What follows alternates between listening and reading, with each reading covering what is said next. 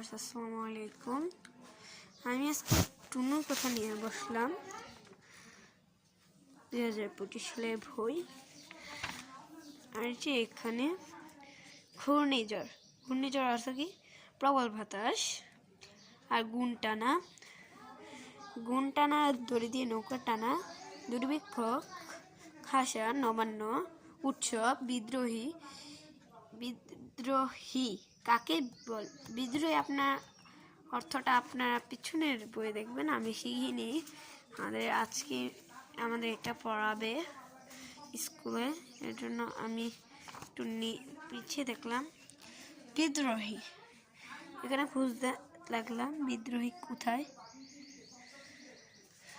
বিদ্রোহী যদি না পাই আমরা আপনাকে বলছি বিদ্রোহী কোথায়।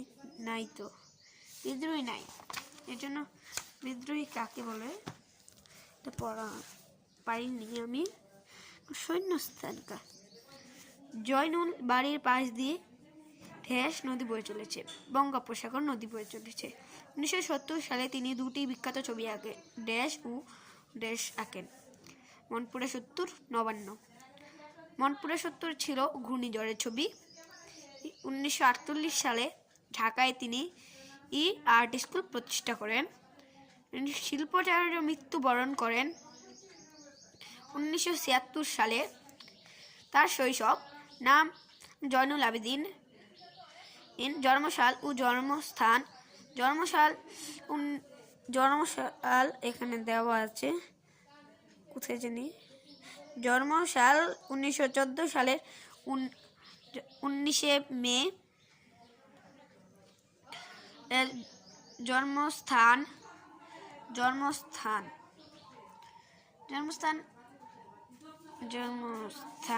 এটা কোথায়? জন্মস্থান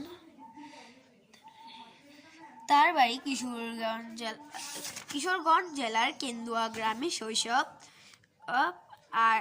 আর্টিং কলেজের নাম art school, Kolkata art school. তার আঁকা বিখ্যাত ছবি মনপুরা 70, নবান্ন।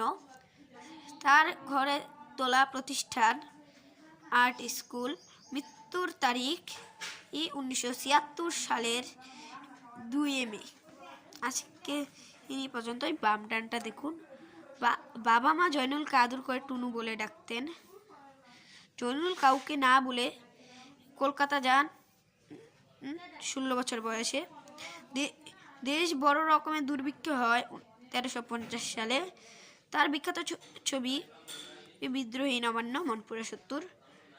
ঢাকায় আর্ট স্কুল প্রতিষ্ঠা করেন 1948। আমি যে আপনাকে বলেছিলাম এখানে বিখ্যাত ছবি বলেছিল, আমারটা বিখ্যাত ছবি। এখানে তার বিখ্যাত ছবি 2টা দিবেন, এখানে 2টা দেওয়া আছে। ওই সময় আমি ভুল করলাম। আর জেলবা ওর বিখ্যাত ছবি আপনারা 3টা দিবেন। আজকে এ পর্যন্তই। আসসালামু আলাইকুম। কালকে আবার আমরা ওই পৃষ্ঠা নিয়ে বসবো ও স্বাধীনতার সুখে চলে যাব। ওকে, আসসালামু আলাইকুম। I am everyone.